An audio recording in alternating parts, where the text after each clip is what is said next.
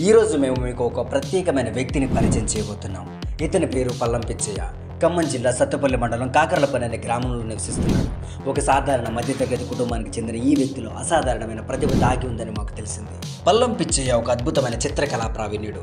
గల్లీ నుండి ఢిల్లీ వరకు ఎన్నో బహుమానాలను మరియు సత్కారాలను కూడా పొందుకున్నారు. National, international, Guinness books records కూడా చాలా సొంతం చేసుకున్నారు. మరి ఇంత ప్రతిభ ఉన్నా కూడా ఈయనకు ఉండడానికి సరైన ఇల్లు కూడా లేదని మా రీసెర్చ్లో తెలిసింది.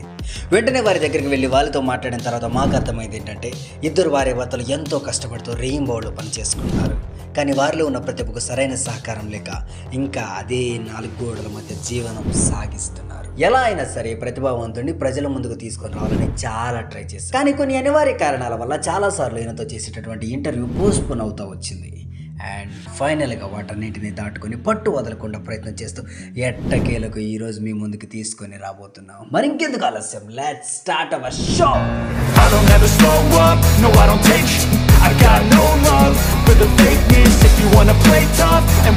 నమస్తే అండి.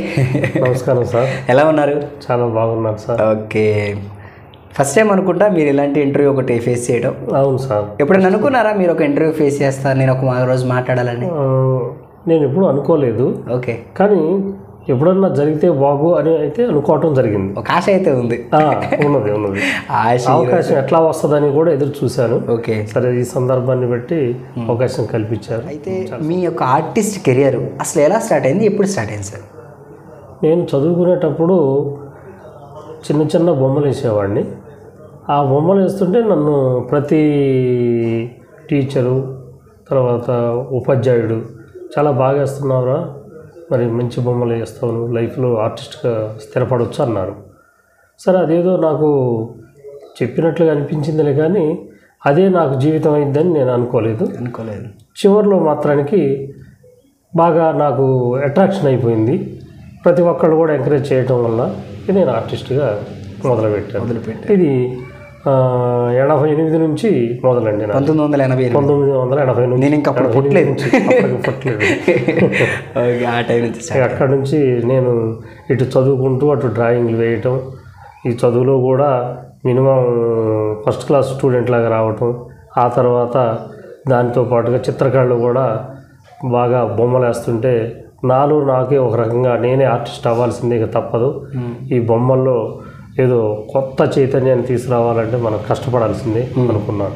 ఆ విధంగా బొమ్మలు వేయటం ప్రారంభించిన మొదట్లోనే ఈ నా మిత్రులు, కొంతమంది విద్యార్థులు, కొంతమంది పెద్దవాళ్ళు, నువ్వు కూడా చిత్రకళా పోటీలకు వెళ్ళొచ్చు కదా అన్నట్టుగా ఒక సందర్భాన్ని వ్యక్తపరిచారు.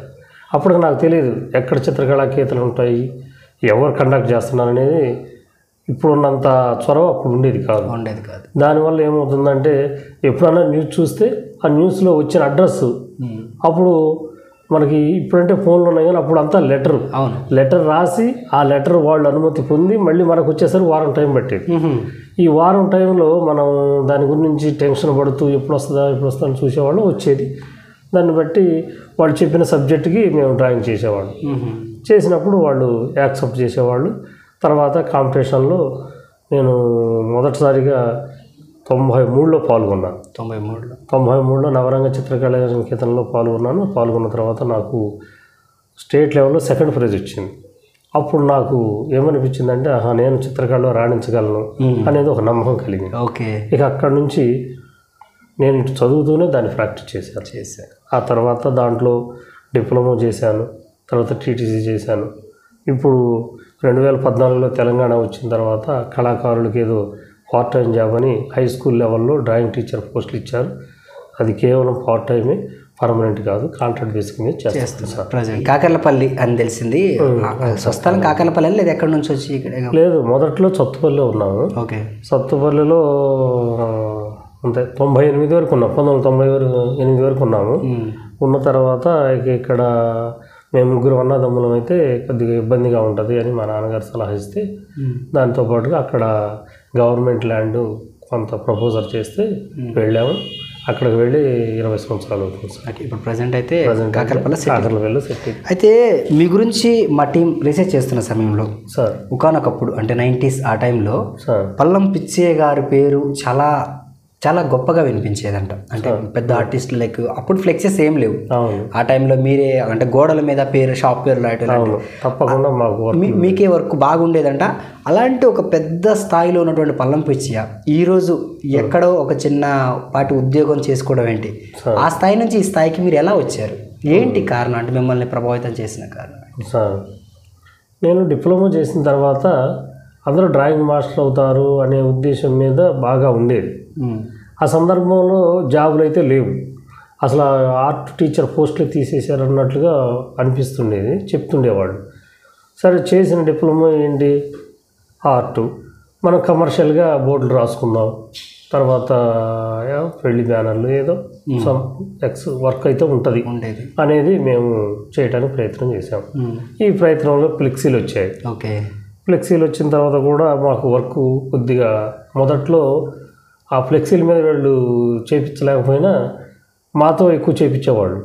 క్రమేణా ఏమవుతుందంటే మేము ఒక రోజులో ఒక బ్యానర్ రాస్తే వాళ్ళకు ఒక్క రోజులో 10 బ్యానర్లు అందే మిషనరీ వచ్చేసింది. ఇది ఫ్లెక్సీ. మేము కలర్స్ అన్ని యూజ్ చేసినా క్వాలిటీ లేనట్టుగా వాళ్ళు డెప్త్గా బొమ్మలు కానీ అక్షరాలు కానీ మంచి మిన్నతగా కనిపిస్తుంది. దానికి అలవాటు పడిపోయారు. అప్పుడు ఆర్టిస్టు జీవనం వెనకబడిపోయింది. ఇప్పుడు మళ్ళీ ఆల్టర్నేటివ్గా వేరేది ఎన్నుకోవాలంటే దీంట్లో ఉంటూనే ఒక భాగశాఖంగా ఎన్నుకోవాలనే ప్రయత్నం మీద ఇక నాకు డిప్లొమా చేశాను కాబట్టి ఏదన్నా జాబ్ వస్తే బాగానే సందర్భంలో నోటిఫికేషన్ వచ్చింది, దాంట్లో జాయిన్ అవ్వడం జరిగింది. ఓకే, సో అభివృద్ధి అనేది మీలాంటి అంటే డెవలప్మెంట్ అవసరం, కానీ కొంత డెవలప్మెంట్ వల్ల మీలాంటి చాలామంది చిత్రకళాకారులు పని లేకుండా అయితే ప్రజెంట్ తక్కువ పని చాలా తక్కువ కూడా కాదు, చాలా తక్కువ. అవునండి, అవును. అయితే మీ జీవితంలో మిమ్మల్ని బాగా బాధ పెట్టిన ఏదైనా ఒక సందర్భం ఉందా? ఉన్నది సార్. అసలు లైఫ్ అంతా బాగా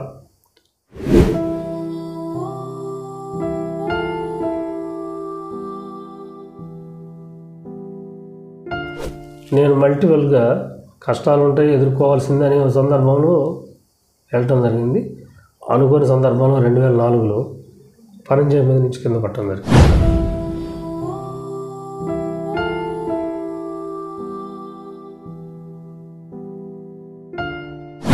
ఓకే, పైనుంచి కింద పడ్డారా? ఓకే, బ్యాక్ బోన్ పెయిన్, లోపల L2 L3 కొంచెం డ్యామేజ్ అని అన్నాడు. 1 year రెస్ట్. చాలా ఇబ్బంది, చాలా పడదు. అప్పుడు నా మిత్రులు చాలామంది హెల్పింగ్కి వచ్చారు. ఎక్కువగా ప్రభుత్వ లైబ్రరీ అయిన సూర్య సాహితీ వేదిక అనేది ఒక స్థాపన చేశారు. ఆ లైబ్రరీలో గార్లపాటి రామకృష్ణ గారిని లైబ్రరీగా ఉంటూ వారు కొంచెం వారి ఫ్రెండ్షిప్ ద్వారా కొంత హెల్పింగ్ని చేయడానికి అందరిని ఆహ్వానించి నా విషయాన్ని చెప్పేవాడు. చెప్పడం వల్ల కాస్త నేను వాడు మోటివేషన్ చేసినందుకు వాడు చేసిన సహాయానికి బయటపడగలిగారు. అట్లాగే నా మిత్రుడు అయినంపూడి సత్యనారాయణ ఎన్టీఆర్ నగరు నాకు 2 years దాకా రేషన్ పంపించేవాడు. దానివల్ల నేను పికప్ అయ్యాను. అట్లాగే బంజర్లో గోపాలరావు గారు అని ఒక ఆయన ఉన్నారు, ఆయన గారు కూడా మంచి హెల్ప్ చేశారు. వీళ్ళు చేస్తూ ఉండగానే ఇప్పుడు రామకృష్ణ గారు, పసుపులేటి నాగేశ్వరరావు గారు, మధుసూదన రాజు గారు, ఆడమ్స్ గారు, మిగతా ఇతర మిత్రులందరూ కూడా నాకు మంచి హెల్ప్ చేశారు సార్. ఆ టైం ఎంతకాలం సఫర్ అయ్యారు? ఆ దెబ్బ నేను సఫర్ అయ్యింది దగ్గరగా ఒక 5 years సార్. 5 years 5 years చాలా సఫర్ అయ్యారు. ఫ్యామిలీ ఉంది, అబ్బో చాలా కష్టపడ్డాను. చేతి పని చేయడానికి పరిస్థితులు, బయటికి వెళ్ళడానికి లేదు. ఫ్లెక్సీలు వచ్చినాయి, ఏదైనా పనికి వెళ్దామంటేనేమో వెనక బ్యాక్ బోన్ పెయిన్, ఎలా ఏంటి అనేది ప్రశ్న ఉండేది. కానీ ఏదో ఎప్పటికైనా దారి చూపిస్తారు, మనిషి ద్వారానా దేవుడి ద్వారానా లేదా మన మనసు ద్వారానా దారి అయితే దొరుకుతుందనే ఉద్దేశంతోనే మనం హ్యాపీగానే జీవించాం, బాధతో ఉన్నాం. ఒక సిచ్యువేషన్ అయితే చాలా కష్టంగా ఉంది, చాలా కష్టం. ఒక 5 ఏళ్ళు ఖచ్చితంగా మామూలుగా లేదు. ఫ్యామిలీ ఇప్పటికీ కూడా ఎక్కువ పని చేస్తే బ్యాక్ పెయిన్ వస్తుంది, అంటే దా ఎఫెక్ట్ ఉంది కదా, ఆ దెబ్బ తాకింది కాబట్టి ఖచ్చితంగా ఉంటుంది. దానివల్ల కొద్దిగా ఇబ్బంది కలుగుతుంటుంది. ప్రజెంట్ అయితే స్కూల్లోనే కాంట్రాక్ట్ బేస్కి నేను చేస్తున్నాను. వాళ్ళు ఇప్పుడు నాకు 11,700 ఇస్తున్నారు సార్. ఓకే, వాటిని అడ్జస్ట్మెంట్ చేసుకోవటం, సెలవు దినాల్లో ప్రైవేట్ పనికి వెళ్ళటం.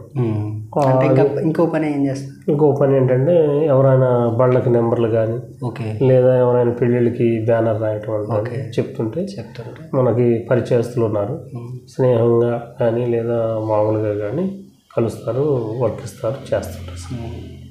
అరుదైన కళ అయితే ఉందిలే కానీ ఆర్థిక సహాయం లేదు. చాలామంది చిత్రకారుల యొక్క జీవితాలు ఇలాగే ఉన్నాయి. వారి లోపల చాలా చాలా అరుదైనటువంటి ఒక కళ, ఒక ప్రతిభ దాగుంటుంది, కానీ దానికి ఆర్థిక సహాయం అనేది కొరత అయిపోవడం వల్ల ఇలాంటి పల్లం పిచ్చేలు ఎంతోమంది మునుముందు కూడా కనుమరుగయ్యే పరిస్థితులు మనం చూడాల్సి వస్తుందేమో. ఇది అభివృద్ధి జరిగిందని సంతోషపడాలా, ఇలాంటి అరుదైన కళలు అంతరించిపోతే నేను బాధపడాలా అనేది కూడా చాలా మంది తెలియట్లేదు, నాకు కూడా అర్థం కావట్లేదు.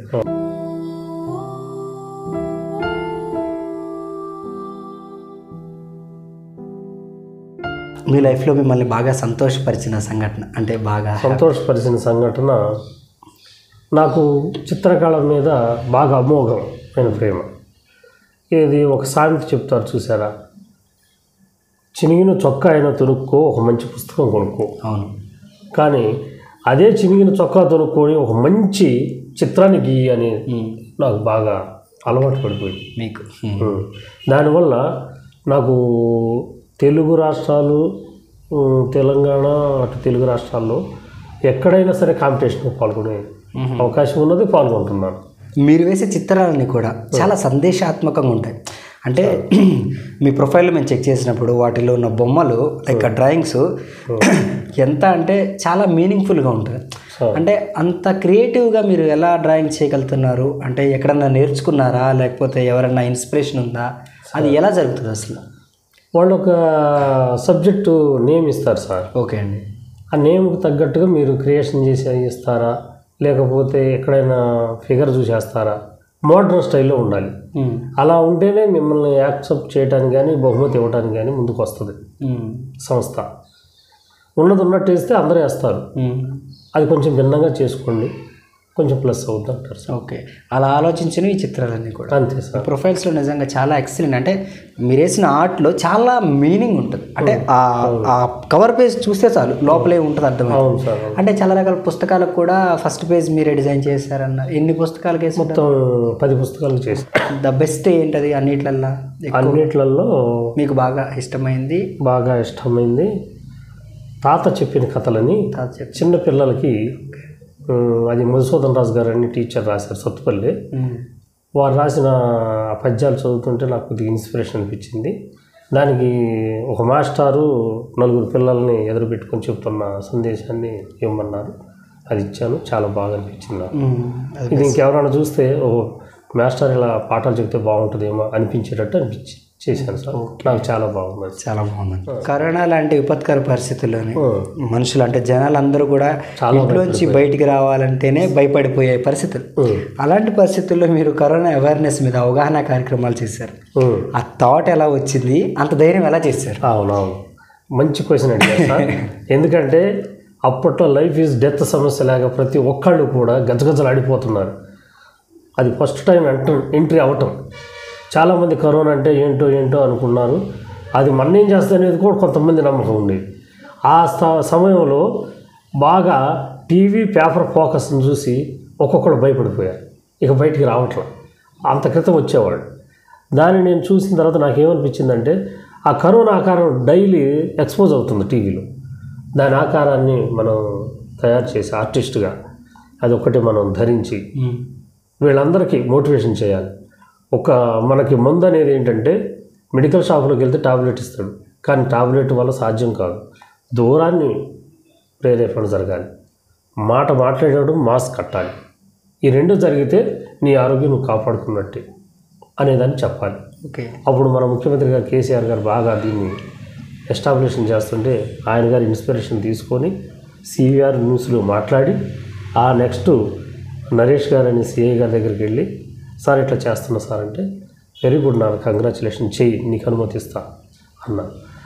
ఆ అనుమతి ఎందుకంటే తిరగనివ్వట్లేదు కదా బయట. మరి నేను తిరిగేటప్పుడు నీకు ఎవడిచ్చాడు అంటే నేను అక్కడ ఇబ్బంది పడతాను కదా. ఇచ్చారు, నన్ను సార్ ఎంకరేజ్ చేశారు. ఆ తర్వాత మా సృజన సాహితీ వేదిక మిత్రులందరూ ఎంకరేజ్ చేశారు.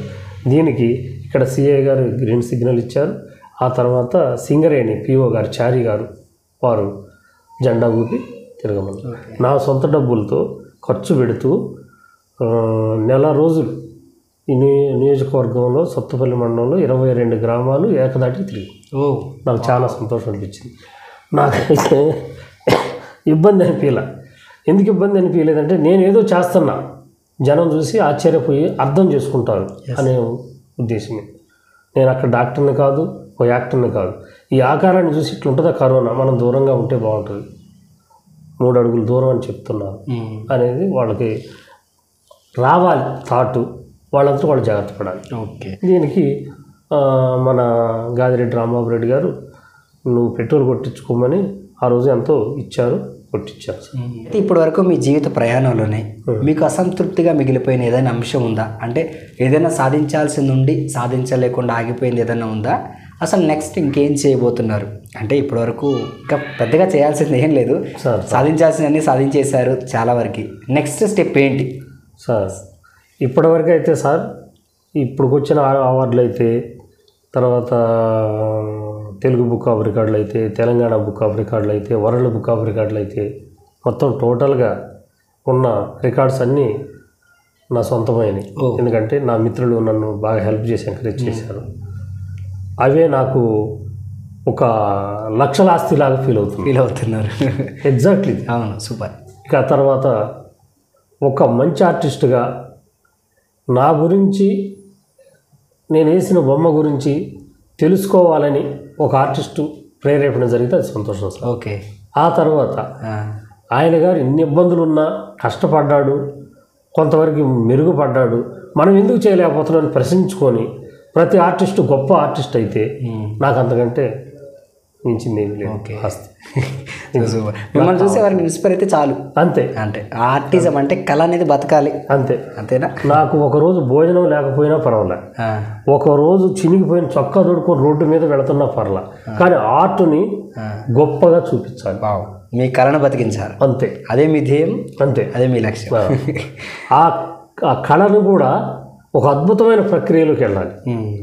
క్రియేషన్ చాలా అద్భుతంగా చేయాలి. అది ఇవాళ కావచ్చు, రేపటికైనా నేర్చుకునేది చేయాలి. ఇంకా నేర్చుకునేది చాలా ఉన్నది. నేను ఇంకా జీరోలోనే ఉన్నా, ఇంకా జీరోలోనే ఉన్నా సార్. నేను ఈ రోజుకి 20 ఎగ్జిబిషన్లు తిరిగాను. 20 ఎగ్జిబిషన్లో కూడా నా యొక్క ఆర్ట్ని వాళ్ళ ఆర్ట్ని పోల్చుకున్నాను. సరే, వాళ్ళు ముందడుగులో ఉన్నారు, వాళ్ళకంటే నేను ఇంకా కష్టపడాలంటే మాత్రానికి ఇంకా చాలా ఇప్పుడు వయసును తెచ్చుకోవాలి. 18 ఏళ్ళ కుర్రోడ్లాగా అయితేనే చేయగలను, ఇప్పుడు చెయ్యాలి. ఓకే. ఆ వయసు రావాలంటే మాత్రానికి మనలో దాని మీద ప్రేరేపణ ఉండాలి, ఉత్సాహం ఉండాలి, ఆ బొమ్మను గీయాలని తపన ఉండాలి. ఇప్పటికీ నేను అర్ధరాత్రి 2 అవుతుంది నేను పడుకునేసరికి. ఎందుకంటే పగల పొద్దాక పనిచేసి వచ్చేసేసి ఈ బొమ్మ ఇంకా పూర్తి అవ్వలేదు, ఎక్కడో ఆగిపోయా, అక్కడి నుంచో మొదలు పెట్టాలని మొదలు పెడతాను. చాలా 3 రోజుల్లో కంప్లీట్ చేస్తాను. ఓకే. ఒక్కొక్క పెయింటింగ్ 3 రోజుల్లో కంప్లీట్ చేస్తాను. అంటే మళ్ళీ పొద్దు నుంచి పని చేసుకుంటా సార్. అయితే నాకు బాగా నచ్చిన విషయం, చాలా మంది దగ్గర ఉన్నది, మీకు ఇంత అనుభవం ఉంది, ఇంత ప్రతిభ ఉంది, అయినా సరే అంత రెస్పెక్టబుల్గా ఒక వ్యక్తితో ఎలా మాట్లాడగలుగుతారు? అంత హంబుల్నెస్, అంత వినయం మీలో ఎలా? అంటే ఎక్కడ మీ తల్లిదండ్రుల నుంచి నేర్చుకున్నారా, లేకపోతే సమాజ రూపేణ నేర్చుకున్నారా? ఎంత అంటే చిన్నపాటి టాలెంట్ ఉంటేనే గర్వంతో ఊగిపోయే మనుషులు, ఇంత టాలెంట్ ఉన్నా ఇప్పటికీ మీరు చాలా రెస్పెక్ట్, ప్రతి ఒక్కరికి అలాగే రెస్పెక్ట్ ఇస్తారు.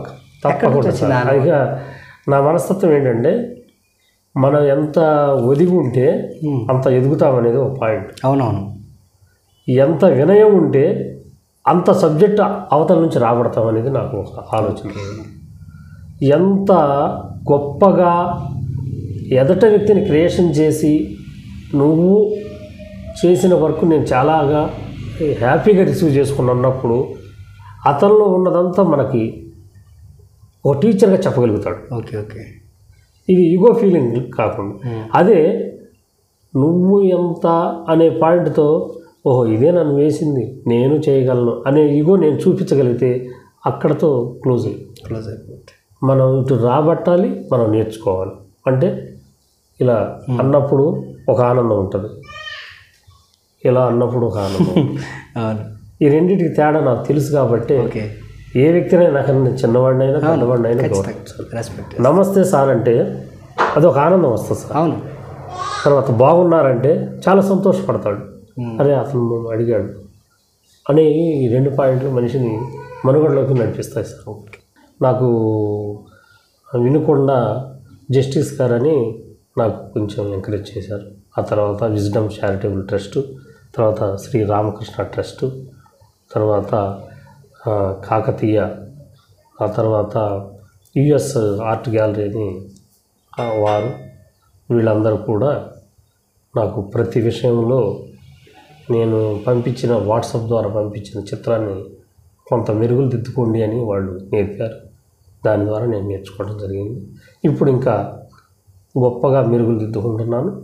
నేను నా బొమ్మ నేనే చూసి ఏమైనా మెరుగులు దిద్దాలని రెండో రోజు ఇంకొంచెం క్వాలిటీగా చేసుకుంటాను.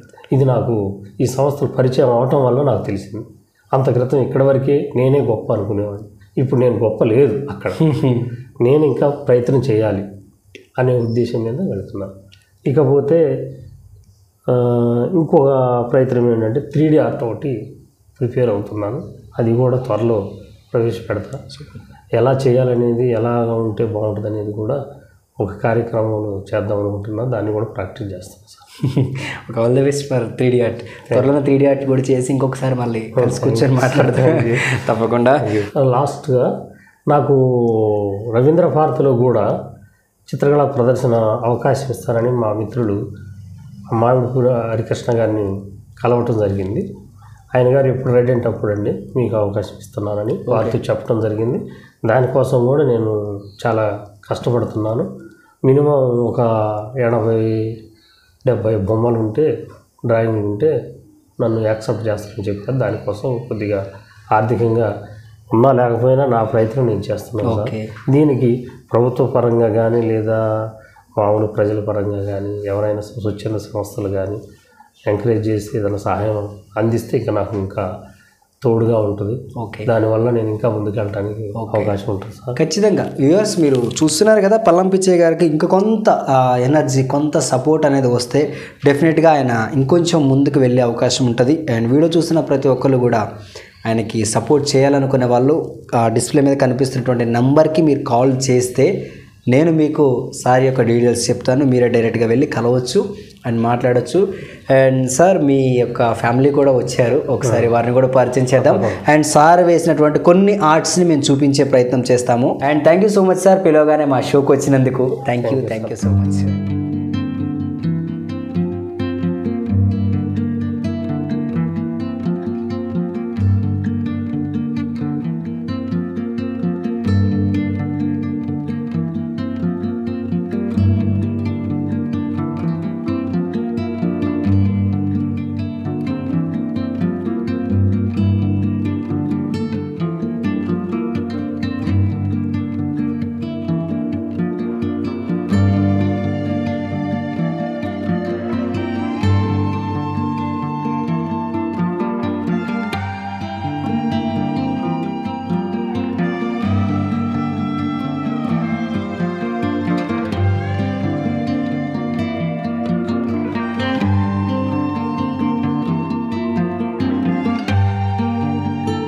My dear family members, Pallam Pitchaiah గారి ఫ్యామిలీ అనమాట ఇది. సో వారి పాప, వారి మిస్సెస్, వారి ఆ పాప వాళ్ళ డాటర్, లైక్ మనవరాలు అనుకుంటా. ఇప్పటివరకు మీరు చూసిన డిస్ప్లేలో ఉన్న కొన్ని ఆర్ట్స్ మాత్రమే మేము విజిబుల్ చేసాం. ఇంకా చాలా ఆర్ట్స్ ఉన్నాయి. యాక్చువల్గా మా స్టూడియో సరిపోలేదు, మా సెటప్, అందుకని కొన్ని ఆర్ట్స్ మాత్రం మెన్షన్ చేసాము. చాలా రకాల ఉన్నతమైన అవార్డ్స్, అంటే లైక్ చాలా ప్రాముఖ్యత ఉన్న అవార్డ్స్ అయితే పల్లం పిచ్చయ్య గారు గెయిన్ చేశారు.